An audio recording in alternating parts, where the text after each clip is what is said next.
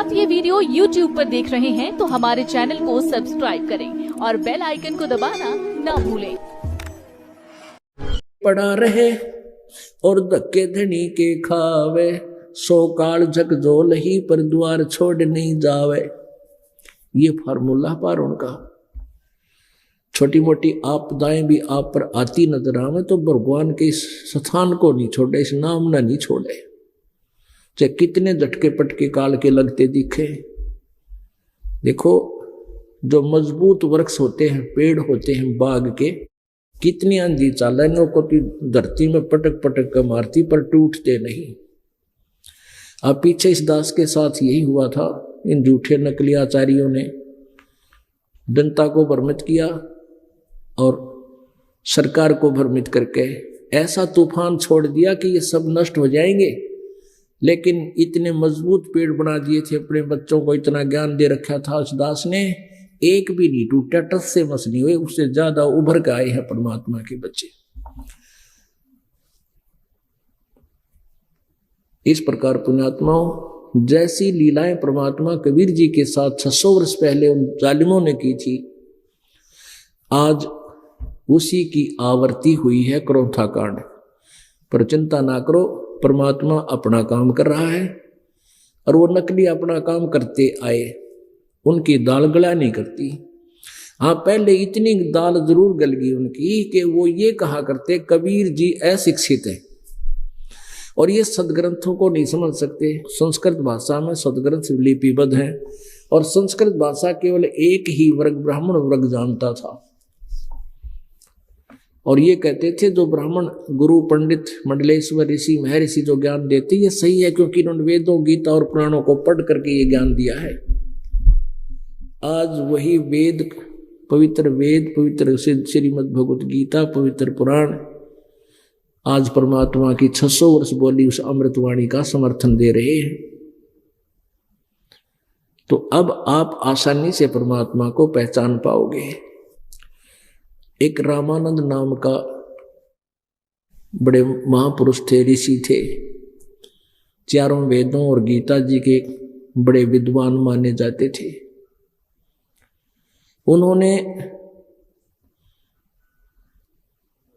1400 ऋषि शिष्य बना रखे थे, 1400 ऋषि। और वो उनके द्वारा जैसा भी महर्षि रामानंद जी ने जैसा भी निष्कर्ष वेदों गीता पुराणों का निकाला था, उसी ज्ञान को, उस खचड़े ज्ञान को वो 1400 ऋषि प्रचार किया करते थे। फिर कबीर परमात्मा जी उनसे मिले, उनको यथार्थ ज्ञान से परिचित कराया, फिर परमात्मा को पहचाना। उसके बाद रामानंद जी ने 84 शिष्य और किए थे, 1484 शिष्य हो गए थे, कबीर जी समेत, रविदास जी समेत। और फिर बाद में रविदास जी ने परमेश्वर कबीर जी से उपदेश ले लिया था जब ज्ञान सही हो गया था। एक समय की बात है कि रामानंद जी ने 1400 जो शिष्य बना रखे थे ऋषि ब्राह्मण, उनमें से एक व्यक्ति, एक ऋषि कहीं अपने उनके क्षेत्र बांट रखे थे, वहां सत्संग कर रहा था, प्रवचन कर रहा था। और महर्षि रामानंद जी पंडित वर्ण में थे, पंडित जाति से थे, और वो छुआछात बहुत ज्यादा थी। उसमें छुआछात इतनी थी कि शूद्र को पंडित निकट भी नहीं आने देते थे, कपड़े भी नहीं छूने देते थे, चरण भी नहीं छूने देते थे। तो रामानंद जी, महर्षि रामानंद जी ने अपने शिष्यों को, 14 से ऋषियों को अलग अलग विभाग बांट रखे थे। उसमें परमात्मा कबीर जी 5 वर्ष के थे और रामानंद जी 104 वर्ष के थे, इतनी आयु में अंतर था। तो वो एक संत, एक ऋषि जो रामानंद जी का शिष्य था, रामानंद जी वैष्णव साधु थे, विष्णु जी को इष्ट रूप में मानते थे। तो विष्णु जी को सुप्रीम पावर बताते थे, अजर अमर बताते थे, इनका कोई माता पिता नहीं, ऐसा कहते थे। ये ज्ञान था उनका। एक विवेकानंद नाम के ऋषि रामानंद जी के शिष्य अपने क्षेत्र में सत्संग कर रहे थे, प्रवचन कर रहे थे, और परमात्मा कबीर जी 5 वर्ष की आयु में श्री लीला कर रहे थे। उसके सत्संग में जा बैठे, वहां सैकड़ों श्रोता थे। श्री विवेकानंद जी क्या कर रहे थे कि श्री विष्णु जी सर्वेश्वर हैं, महेश्वर हैं, ये सारी सृष्टि के रचनहार हैं, ये तीनों रूप बनाकर ब्रह्मा रूप बनाकर सृष्टि करते हैं, विष्णु रूप बनाकर पालन करते हैं, शिव रूप बनाकर संहार करते हैं, इनके कोई माता पिता नहीं, सर्वेश्वर है। रजगुण ब्रह्मा जी, सतगुण विष्णु जी, तमगुण शिव जी, ये यही लीला करते हैं स्वयं ही, इनके कोई माता पिता नहीं।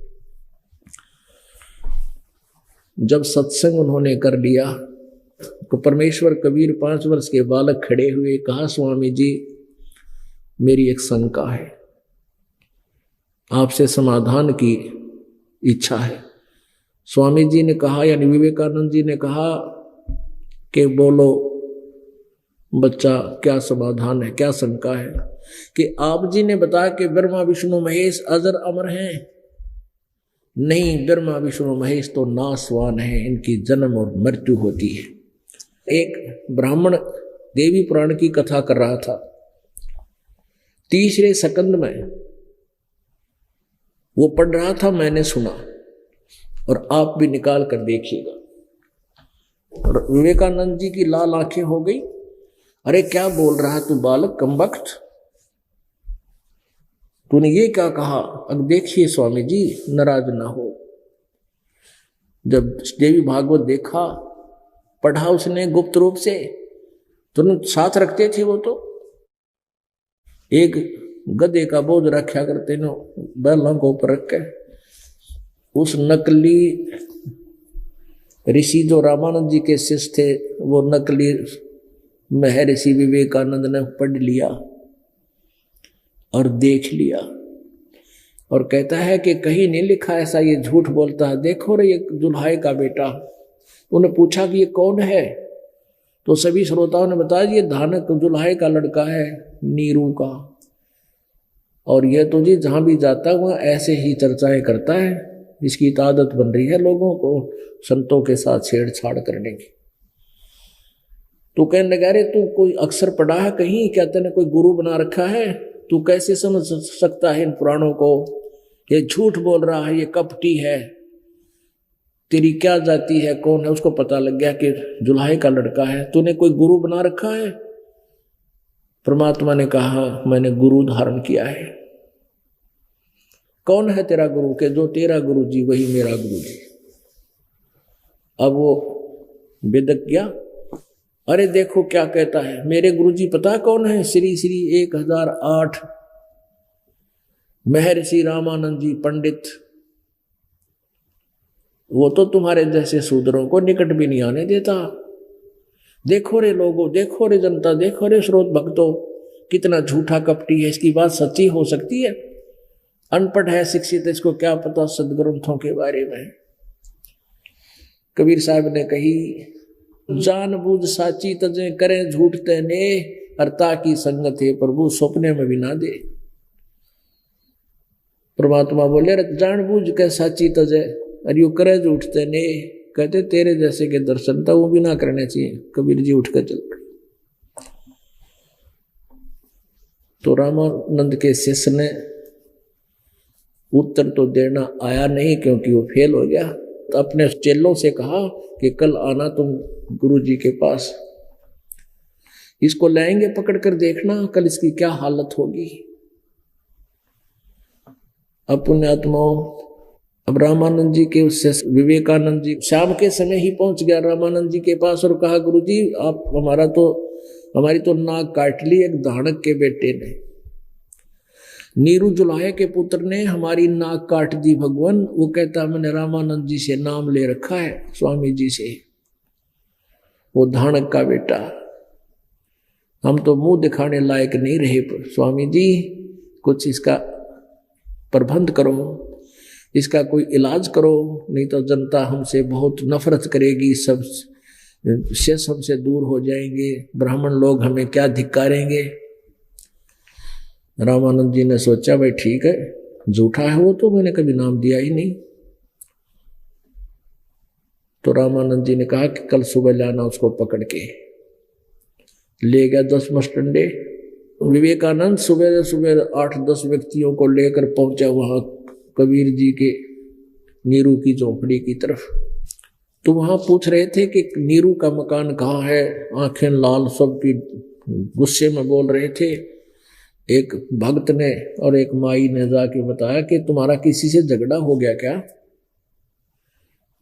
वो नीरू कहने लगी नहीं तो, कि 9-10 जने वो आ रहे पंडित और हाथों में लठ ले रखे, आपका घर पूछ रहे हैं। नीरू समझ गई कि कबीर जरूर किता ही न छेड़का है किसी ने। कबीर जी छेड़का आए हैं और पहले भी कई उलाने आ लिए थे इन ब्राह्मणों के कि अपने बेटे न मना कर ले, ये हमारी उस कथाओं को जाकर भंग करता है, ऊट पटांग प्रश्न करता है, हमारी भावनाओं को ठेस पहुंचाता है। तो माई ने सोचा यो आज फिर छेड़ा यार, आज तो घने उग्र रूप धारण करके आ रहे हैं। कबीर जी को उठाया, सुता के उठ बेटा, तूने किसको क्या कह दिया, तू मत छेड़ा कर इन्हें, ये तेरे को मार देंगे बेटा, और मैं फिर कैसे जीवित रहूंगी। परमात्मा कहते माँ ये नकली लोग हैं, झूठे कपटी, ये गुमराह कर रहे सारी जनता ने, ये सब मेरे बच्चे हैं और मैं सच्ची कहूँ ये मैंने झूठा बताओ है। माई ने बड़ी तरह ऐसा मारूंगी थप्पड़, दादा बन गया, तेरे बच्चे हैं सारे, चल तू खड़ा हुआ से। और वो आ रहे हैं और तू बोलिए ना बेटा। झोपड़ी के पीछे ले जाकर लेटा दिया, ऊपर पुराने कपड़े गुदड़गा बा डाल दिया। तो बोलिए ना बेटा, चाहे कुछ भी कहे हुए। अब अच्छा माता जी, अब वो आ गए इतना मैं उलट लेके, वो कहने लगे कहाँ वो तेरा कबीर। वह माई ने पूछा जी क्या बात होगी, क्या गलती कर दी मेरे बेटे ने, मैं धमका दूंगी, मैं पीटूंगी इसको, डंडे मारूंगी, मुझे बता दो। नहीं, आज हम ही मारेंगे उसको। झोपड़ी में बढ़ गया जबरदस्ती। वो तो खड़ा बाहर गेट पे और 2 मस्टंडे ले गया था, उन्हें पकड़ पकड़ कर सारे उस झोपड़ी के कुटिया के वस्त्र पटक दिए इधर उधर खोज करने के लिए, कहीं नीचे ना दाव रखा हो या छुप ना रहा हो। चारपाई थी उलट पुलट कर दी। कहाँ तेरा बेटा, सच्ची बताओ नहीं तो मैं मारेंगे। अब परमात्मा ने सोचा ये मेरी मुंह बोली माता को दुखी करेंगे। खड़े होकर बाहर निकल के गुदड़गा हटा के ऊपर थे और पीछे खड़े हो गए, कहने लगे ओए विवेकानंद आजा, झोपड़ी के पीछे खड़ा हूं मैं। अब उन्होंने तो आवाज सुनी, भाग कर बाहर गए सारे, पकड़ जाए परमात्मा ने। अब उस माई ने कोशिश की अपने बच्चे को छुड़वाऊं, लिपट गई उनके, चिपट गई कतीर, उन्होंने मुक्के मार मार के मुंह पर लागो चाहे कितना लागो, लठ मारे उस माई को, काफी दूर तक घिसटती चली गई अपने बच्चे को छुड़वाने के लिए। बेहोश होगी वो, वहां पटक दी ठाक। नीरू को पता लगा, वो भाग्य आया दौड़ा, वो उसने भी बच्चे को छुड़वाने की चेष्टा की, उसका भी कई लठ मार दिए, वो भी गिर गया वहीं पर।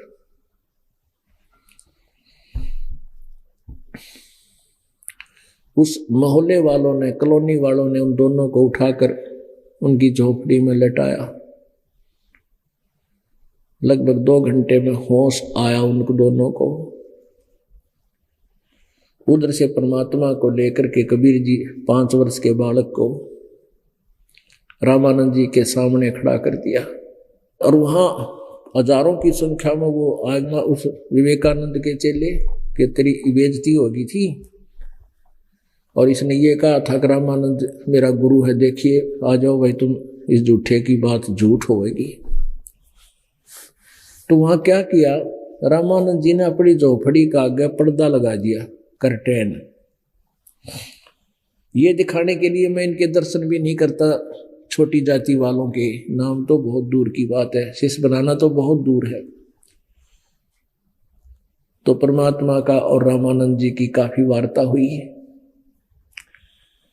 अब रामानंद जी ने पूछा कि बोल कबीर तू कौन है, इब कैसे बैठा मौन। परमात्मा खड़े होकर क्या कहते हैं,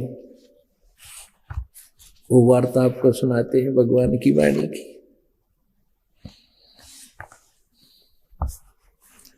आडा पड़दा लाए करे रामानंद बूजंते, दास गरीब कुलंखरी छवि ओदुर ढाक कूदंत।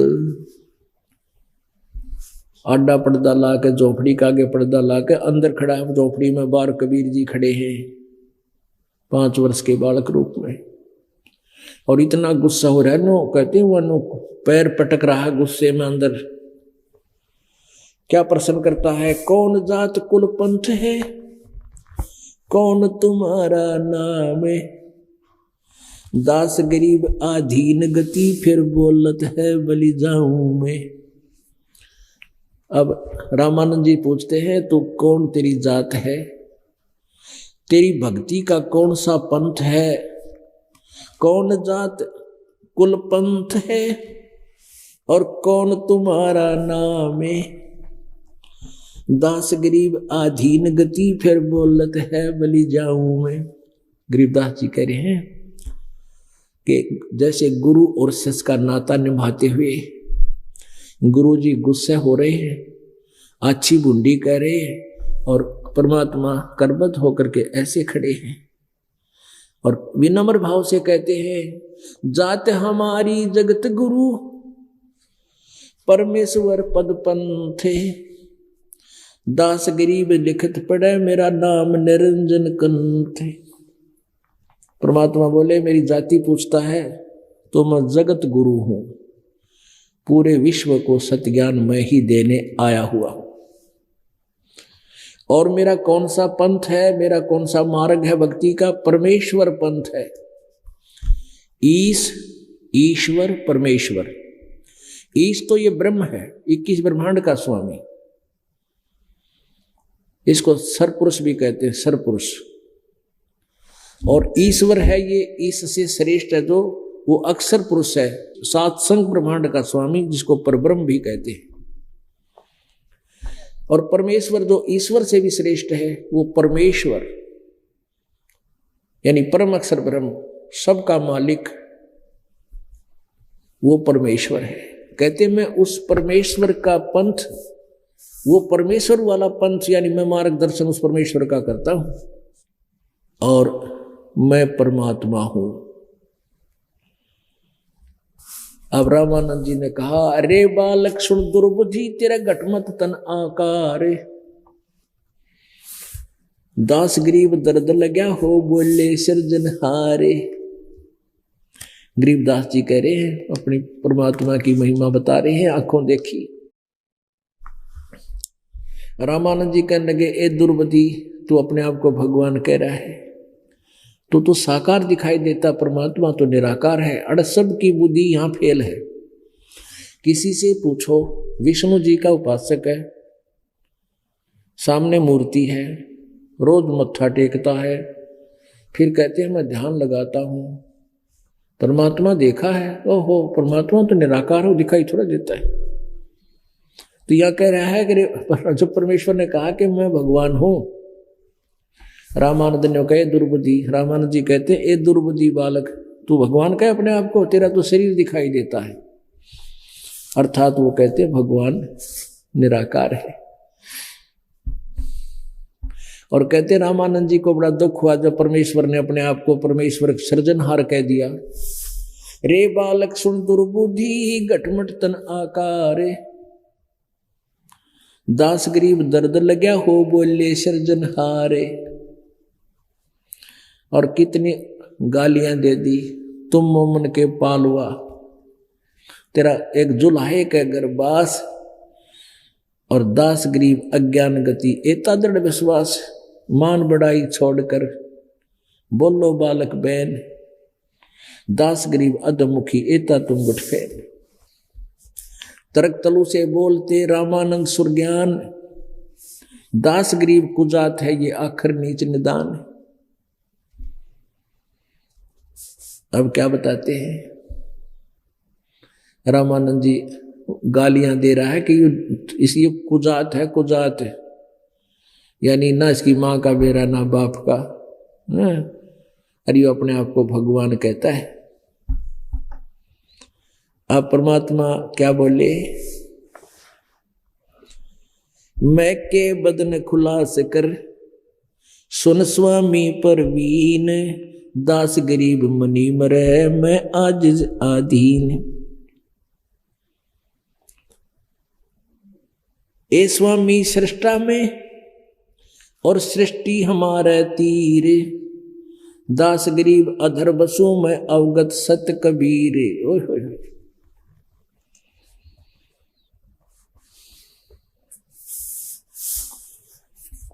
ए स्वामी सृष्टा में, सृष्टा माने सारी सृष्टि का रचनहार, और सृष्टि मेरे तीर, मेरे ही अधीन है, मेरे ही आश्रित है, मेरे पर आधारित है। पूरे ब्रह्मांडों को मैंने ही रचा है और मैंने अपनी शक्ति से इनको घुमा चला रखा है, स्थिर किया है।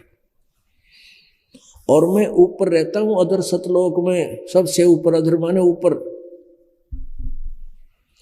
और मेरा अवगत नाम है अवगत सत कबीर। सुन रामानंद राम में मैं 52 नरसिंह, दास गरीब सर्वकला में मैं व्यापक सर्वंग। हम मौला सब मुल्क में, मुल्क हमारे माही, दास गरीब दयाल हम सम दूसर नाही, हमसे दूसर कछु नाही।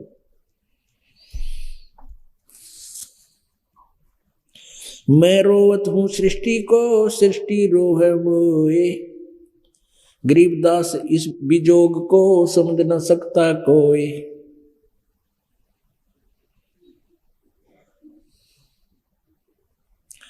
चारों युग में हम फिरे, मैं आऊं मैं जाऊं, गरीबदास गुरु भेद से लखो हमारी ठाऊं। गोता लाऊं स्वर्ग में, फिर बैठूं पाताले, गरीबदास ढूंढता फिरूं अपने हीरे माणिक लाल। अब रामानंद ने सोचा भाई ये बात इसी बड़ी बड़ी कॉन्फिडेंसली कह रहा है कि तुम्हें गड़बड़ है इसमें। फिर उसने कहा कि थोड़ी देर में बात करूंगा, इसको बैठाओ बाहर। वो मानसिक पूजा किया करता था। मानसिक पूजा क्या करता था, विष्णु जी की मूर्ति बनाता कल्पना से, उसके पुराने कपड़े जैसे उतारता, नए पर आता। कर्मकांड होता है कि ये सालग्राम की पूजा करने वाले ऐसा ही करते हैं। लेकिन वो उसमें मूर्ति कोई उसके पास नहीं होती थी, वो कल्पना से ऐसा अभ्यास कर रखा था, मन में ही वो विचार किया करता, जैसे सपने में कराया करें। तो उसने ऐसे सारे कपड़े उतारे, फिर भगवान की मूर्ति को स्नान कराया स्वप्न में, यानी कल्पना से। फिर सभी धोती बांध दी, कुर्ता पहना दिया, तिलक लगा दिया, वैष्णो साधु वाला, ऊपर मुकुट रख दिया। उस दिन कंठी ना डालन पाया माला। एक मणिये की माला होती है, एक कंठी जो तुलसी के एक ही मणिया होता है, उसकी माला को कंठी बोलते हैं, माला भी कहते हैं उसको। और वो भी डालनी जरूरी होती है क्योंकि वैष्णो साधु की पहचान होती है भगत की, और विष्णु जी के वो होना जरूरी। अब इस कर्मकांड के अंदर एक नियम है कि जिस दिन मुकुट रख दिया उस दिन मुकुट नहीं उतार सकते, और कंठी ना डाली तो अधूरी पूजा, और मुकुट उतार दे तो पूजा खंडित। अब उसने सोचा कि माला रहेगी, कंठी डालना भूल गया उस दिन, माला डालनी भूल गया। तो सोचा रामानंद जी ने मुकुट उतार नहीं सकता, मुकुट के ऊपर से माला डालने की चेष्टा की जैसे स्वप्न में होया करे। अब वो माला मुकुट में फंस गई, आगे नहीं आ पाई। रामानंद जी बहुत चिंतित हुए, माला वो हाथ में लिए खड़े हैं और कहते हैं भगवान आज मेरा कौन सा दुर्दिन आ गया, आज जीवन में पहली बार मेरी पूजा खंडित हुई है, मैं कितना पापी हूं। रामानंद जी को दुखी देखकर परमात्मा अंतर्यामी है, आगे पर्दा लगा है, कोई मूर्ति नहीं, कल्पना स्वप्न की तरह। बाहर से परमात्मा 5 वर्ष के बालक ने आवाज लगाई कि स्वामी जी इस माला की गांठ खोल ले। इस कंठी की गुंडी खोल के और फिर गले में बांध दे उल्टिए, मुकुट उतारना नहीं पड़ेगा, तेरी पूंजा खंडित आपकी नहीं होगी। अब कहते हैं गांव का ज्ञान का तो एक चमका ऐसा लग गया करे, इतने में समझ गया भाई यो आदमी को ना, यो बालक को नहीं, ये तो कोई फरिश्ता देव आ रहा है। वो कित के मुकुट डाला था, कित के वो कंठी पर आवा था, वो फेंक दिया आडा जो पर्दा ला रखा था झोपड़ी का एक तरफ फेंक के। पुण्यात्मा इसको ब्राह्मण कहते हैं। ब्राह्मण सो जो ब्रह्म पहचाने, जो भगवान को पहचान ले वो ब्राह्मण है। जो समाज को नहीं देखे कहते लोक लाज मर्यादा जगत की तरण जो तोड़ पगावे। रामानंद जी ने पूरे हजारों की संख्या में ब्राह्मण बैठे थे, श्रोता दृष्टा, यूं ना देखे ब्राह्मण के कहेंगे, और ब्राह्मण होकर शूद्र को सीने से लगा रहा है। उसने अपना जीवन देखा और भगवान देखा, ऐसे उस बालक को सीने से लगा दिया। सीने से लगा तो इतना मुलायम शरीर परमात्मा का, क्योंकि उनका तेज पुंज का शरीर था, रुई जितना मुलायम, कि तो हाड चाम नहीं। शुक्रम अकायम ऐसनाविरम कबीर मनीषी स्वयंभू परिभू। यजुर्वेद अध्याय नंबर 40 के मंत्र नंबर 8 में इसी कबीर परमात्मा की महिमा बहुत ही अच्छी तरह कही गई है। अब रामानंद जी ने कहा हो कि मन की पूजा तुम लखिए मुकुटमाल परवेश। रामानंद जी कह रहे हैं गरीबदास गति कौन लखे, तेरा कौन वर्ण कौन भेष। अब रामानंद जी कहने लगे आपने मेरी मन की बात बता दी, आप तो परमात्मा हो, और आपको परमात्मा कैसे पहचाने, कैसे आपको समझाइए भोली जनता। किस वेशभूषा में खड़े धोती बांध के 5 साल का बालक चूल्हे के घर तेरा जन्म, तेरी परवरिश, यानी किस वर्ण में, शूद्र वर्ण में, और ऊपर से ये ऐसी वेशभूषा बालक से नजर आ रहे तुम, तो आपको कैसे पहचान सकेगी दुनिया, कैसे पहचाने आप प्रभु हो। लेकिन अब मेरी समझ में आ गया। तब काफी लंबी कहानी है, थोड़ा सा एंड करते हैं इसका।